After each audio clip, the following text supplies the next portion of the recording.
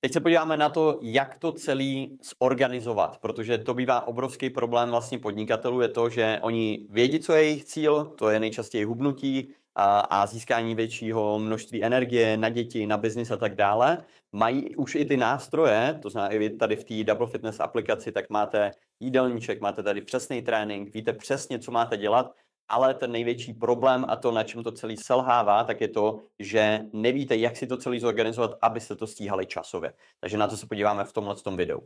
Za mě, co doporučuji všem klientům, a zase doporučím to i vám, tak je jednoduše, tak jak máte domluvený business meeting s nějakým klientem ve vašem kalendáři, když se na to podíváme, jestli používáte třeba Google kalendář nebo cokoliv dalšího, tak máte tam prostě nasekaný, že jo, takhle meetingy, konzultace a tak dále. Máte na to přesný vyhrazený časy. A to stejný doporučuji udělat například i pro váš trénink, pro vaše jídla, pro vaše svačiny, protože přesně jenom díky tomu budete schopni to dodržovat. Takže když se na to podíváme, tak prostě normálně si do toho kalendáře dejte třeba 9:00 snídaně, jo, konkrétně, potom svačina, potom oběd, potom tady nějaký odpolední trénink, jo, a tady pak pokračujete v těch vašich denních jakoby v tom vašem denním režimu, v těch vašich denních rutinách, protože jenom když tam máte toto, ještě ideálně, co je důležité, tak ve spojení s nějakýma konkrétníma připomínkama, aby se vám to třeba připomnělo ještě aspoň půl hodinu, klidně hodinu před tím tréninkem nebo před tím jídlem,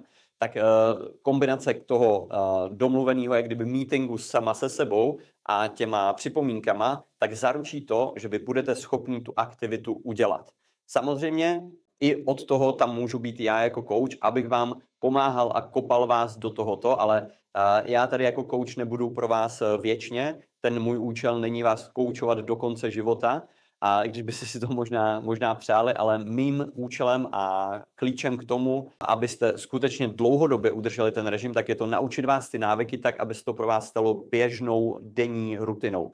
A tohle je klíčem. Takže tak, jak si dáváte business meeting s klientem, dejte si meeting sama se sebou nebo sám se sebou na to jídlo a i na ty tréninky. To je ten klíč, jak to celý zorganizovat. A to je ten klíč k tomu vašemu hubnutí, k získání pocitu větší energie a tak dále. Takže kalendář, připomínky a jasnou, pevnou disciplínu, ze který neuhnu a prostě nastavím si jednoznačné pravidlo, že pokud prostě mám jít cvičit, tak jdu cvičit, nedávám pozornost ničemu jinému, a prostě všechno stranou a teďka jdu cvičit, teď jdu jíst a tak dále. Protože když se na to podíváme z dlouhodobého hlediska, tak si budete jenom škodit, pokud tyhle ty věci budete z toho svého denního režimu vynechávat. Tohle je opravdu klíčová věc na to, abyste dosáhli těch výsledků.